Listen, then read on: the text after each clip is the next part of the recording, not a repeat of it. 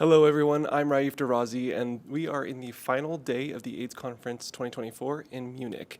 And I have the pleasure of sitting down today with 3 of the cured patients of HIV.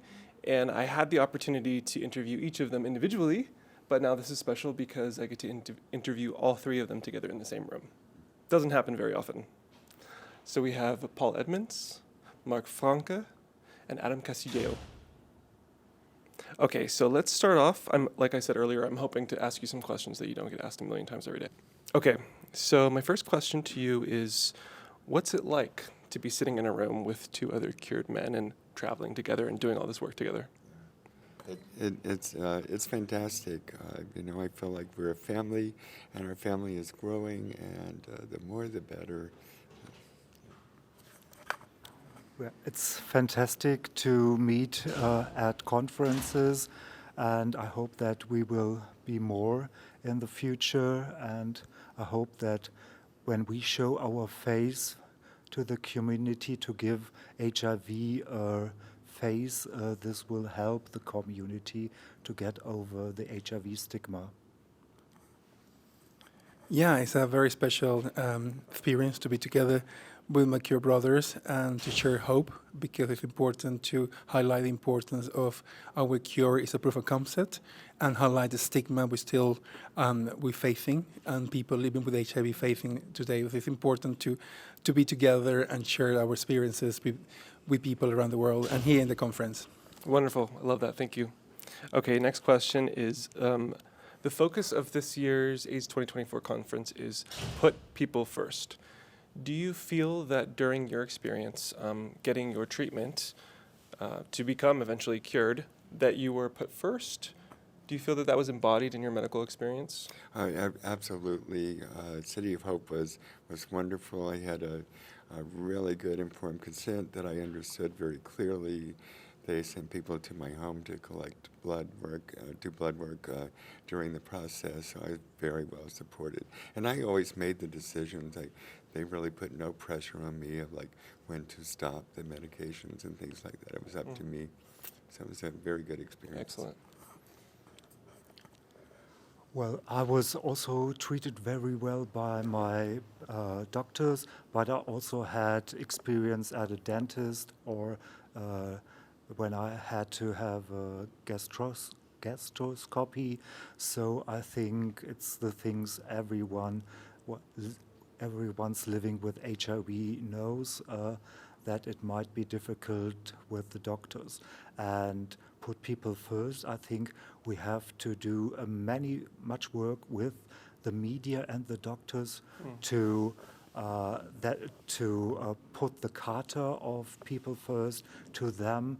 And I'm, as a new member of DEZIF, the German Center of Infectious Diseases, I will try to translate this charter because it's already translated, but I will try to give it to the doctors in Germany and to the media, because on Monday I was introduced on TV as a former AIDS patient, and I think the name of the conference is a 4-letter word. I talked to Sharon about it to rename the conference, because this 4-letter word brings up so many pictures from the 80s. We want to get rid of them.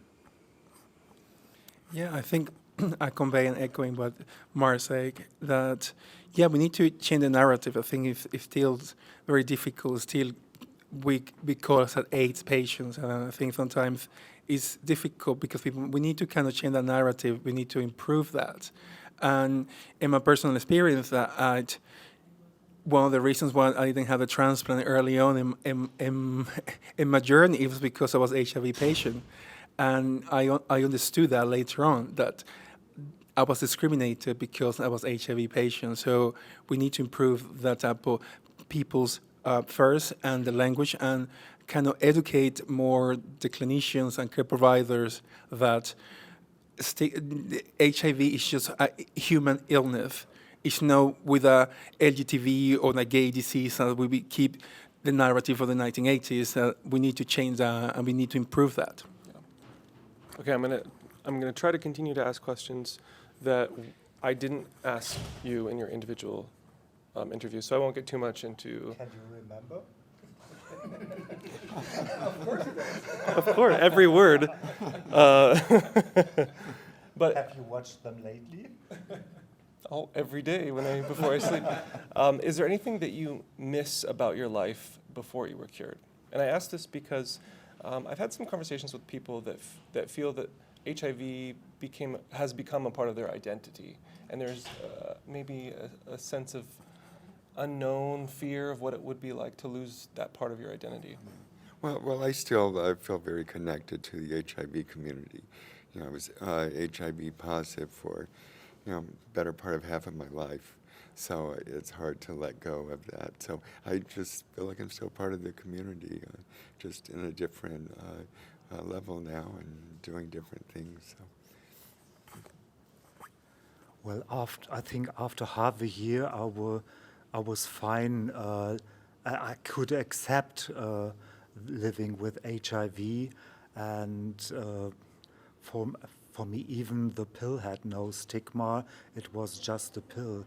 After the transplant, I had to take up to 40 pills a day, so stopping the art was no thing for me. And Yeah.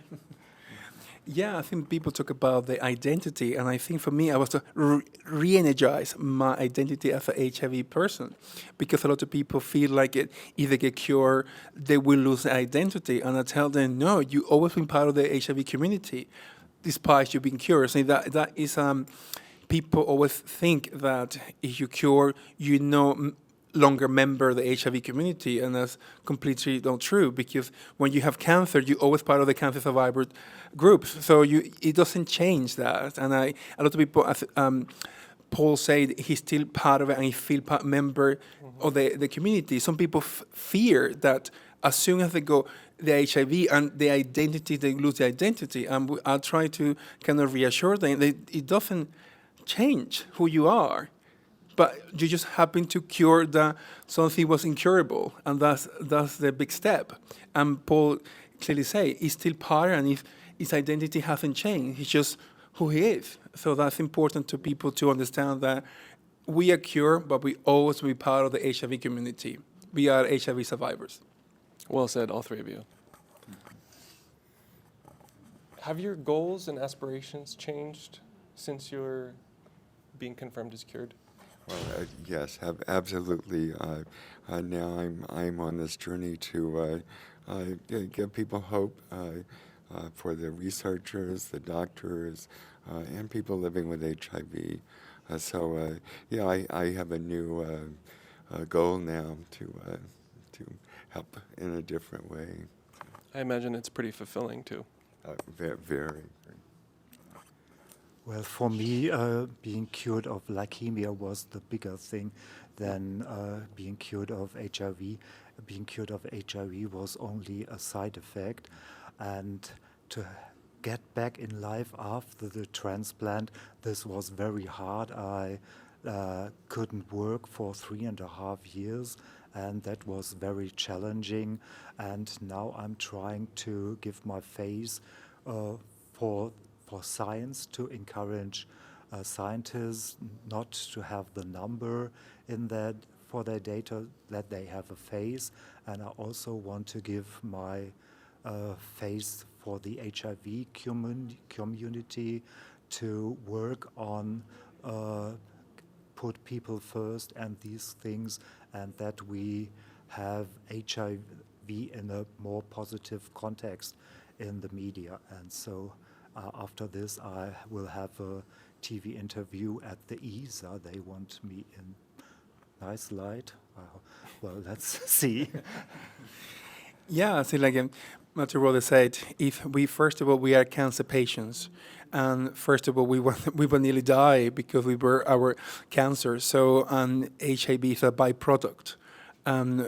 We were fully aware that it was possible to, in our cases, with a CCR5 mutation, to able to cure, to eradicate HIV. But people always ask, will you do that only for HIV? And we say, no, this is a proof of concept. This is an opportunity to understand it's possible to cure HIV, but we don't recommend anyone to go through what we went through because it was a very harsh and really dangerous process to go through. And we want people to see hope that is possibility. But in my case, like I say, I have to learn to eat, to walk. So it's kind of like a learning again. So it was reborn after my transplant. And I think everybody needs to understand that you just know a magic one that we went through. We went through a lot individually. And we still, as a transplantee, we still endure complications. People need to understand their life is not as it used to be. So if challenges ahead, and we continue navigate all of that challenges. I would love to add that there were many that didn't make it. So if you look at the numbers, there are many numbers missing. And what's something that you might want to say, any of you can answer this if you like, to someone who's living with HIV who is fixated on when is the cure going to arrive? When, and that's all they can really be concerned with. Well, I would say that the I have seen was around at the beginning of the pandemic or epidemic, and we've come so far. The medications have improved so far that it's pretty easy now with the right medications to live with HIV. But I believe that cure is possible and will come along, and hopefully one for everyone will happen. And I hope to see it in my lifetime, seeing the beginning and the end.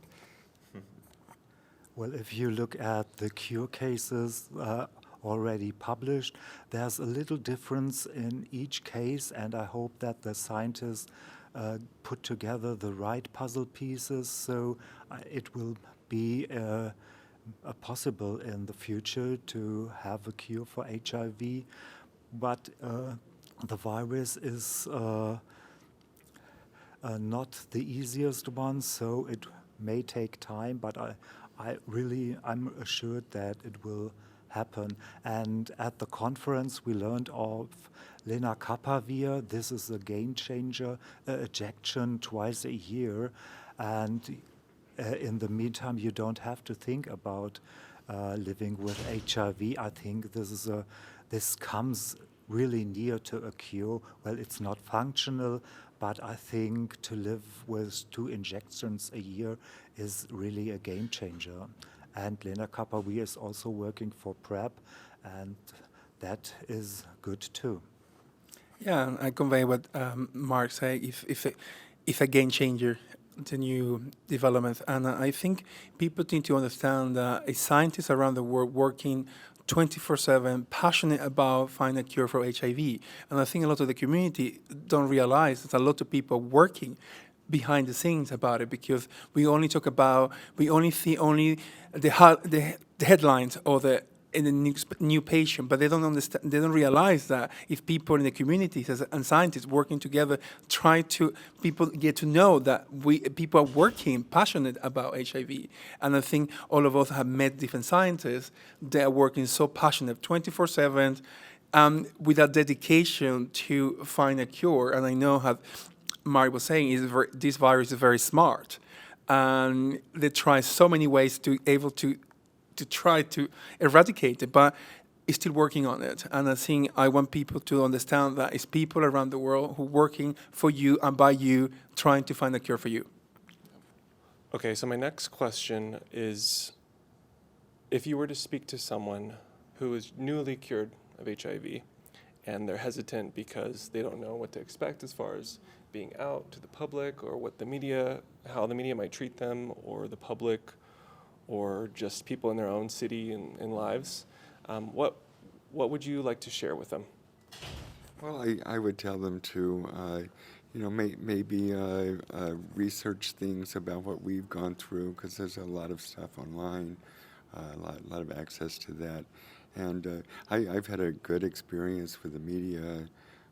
I've also with people I know who are HIV positive. They're just happy for me.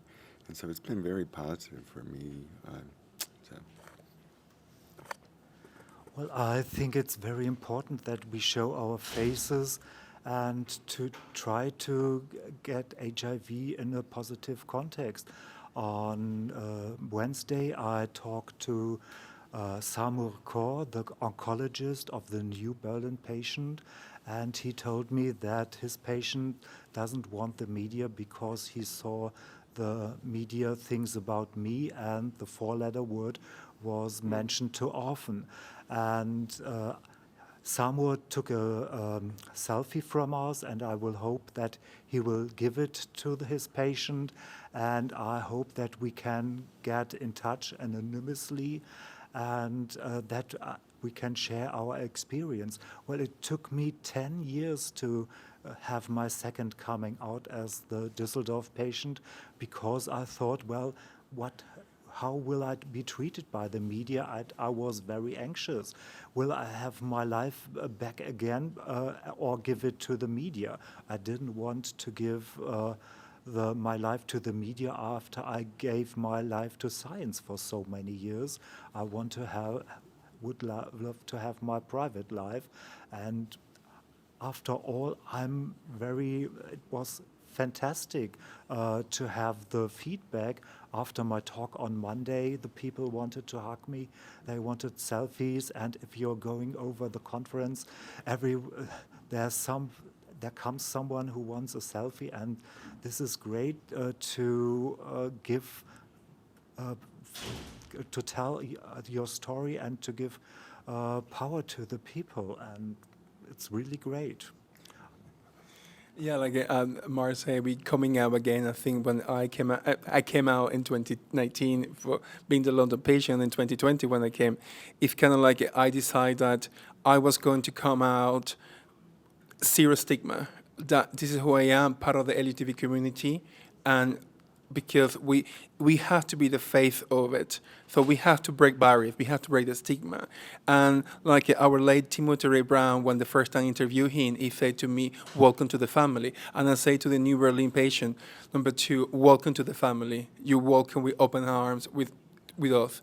And because it's important that we are being united, and we need to remind ourselves and everybody that we have families and our support networks, our partners with us together in this journey, and it's important to value that because not everybody have that support networks, and maybe we don't know if the new patient have that ability to around them, and we want to tell them that we are here for you, and when you decide to come out, again, that's a coming out, we are receiving you with welcome arms.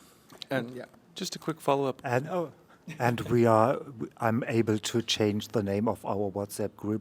Until now, it's the Three Musketeers, but we will think about something else. Maybe the Fantastic Four. Oh yeah, fantastic. When you... Yeah, and then we can add the numbers. Yeah. We can add it, yeah. So, just real quick, when you do feel like maybe it's too much, or you just want some privacy, or you want to disconnect, take some time for yourself, are you able to do that? I have been, I haven't been except for a few times in the beginning, I haven't felt really overwhelmed.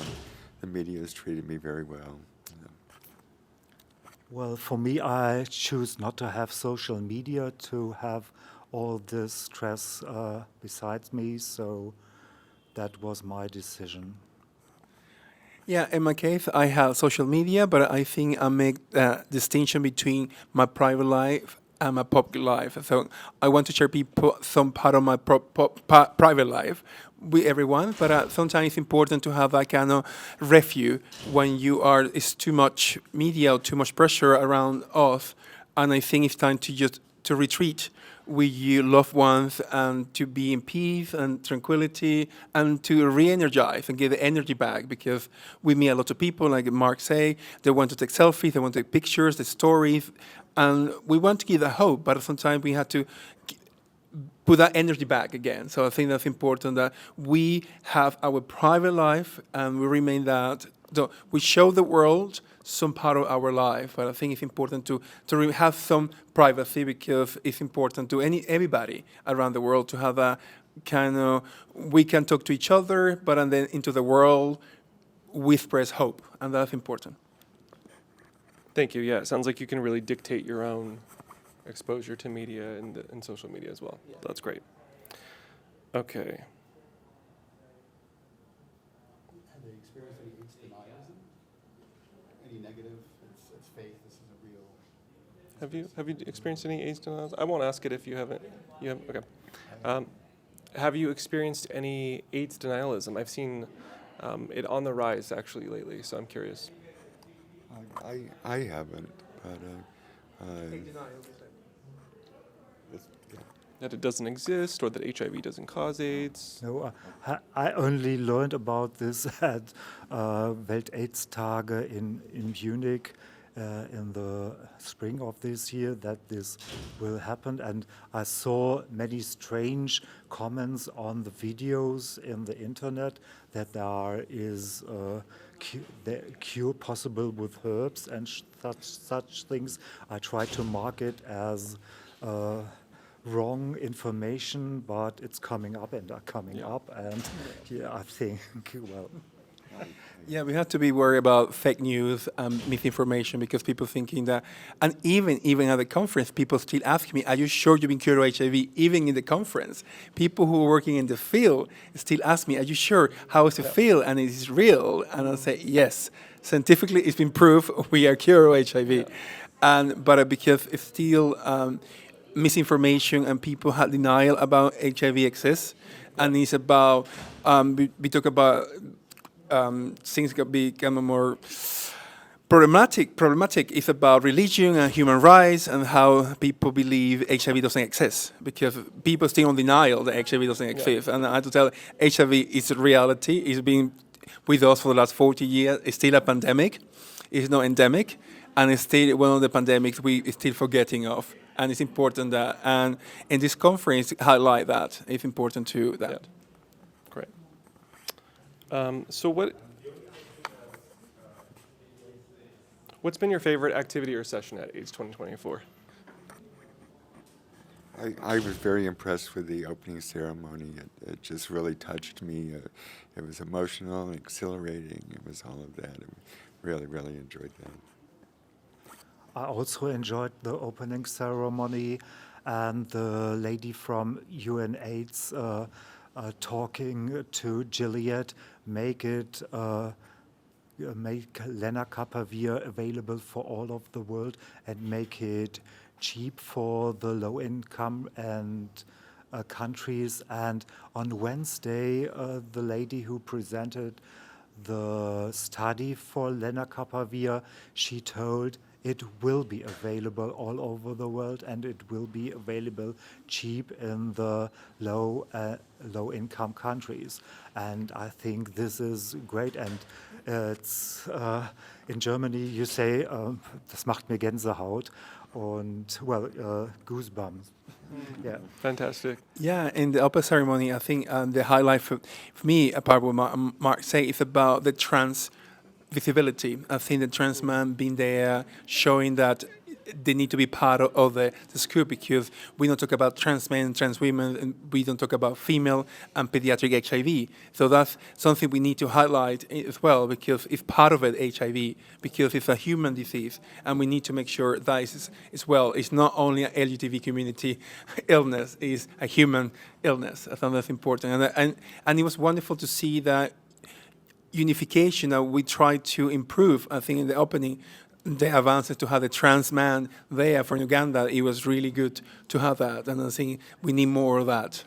Yeah, and regarding lenacapavir, I mean, Gilead's getting kind of put in the steamer right now because lenacapavir's in the spotlight, but really it applies to all of the HIV drugs from all pharmaceutical companies around the world need to make it affordable for everyone. And we have to think about the people not being on treatment. For example, in the Ukraine, 50% of all people, they don't have access to the art. And I think this is a thing that can't happen. Unacceptable.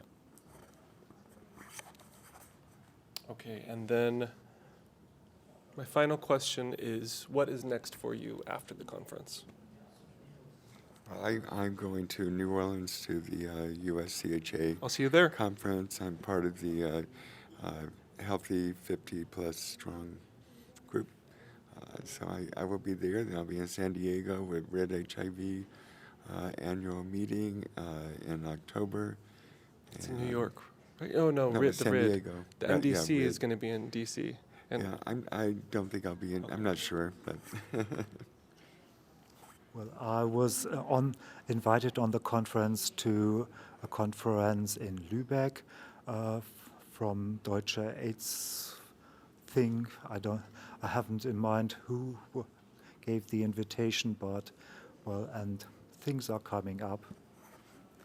Well, what's up for me, I'm going to continue travel around the world. So I'm going to go to South America, and then I'm going to Africa. So if so many places around the world, I will visit in the next couple of months, and I hope I will be in Washington D.C. for the NIA AIDS conference. And it's so many things that people I want to meet. I want to meet community. I want to meet scientists. Continue to energize that value, and that's for. I call myself Ambassador of Hope, and I call and as a global ambassador for HIV around the world with my brothers.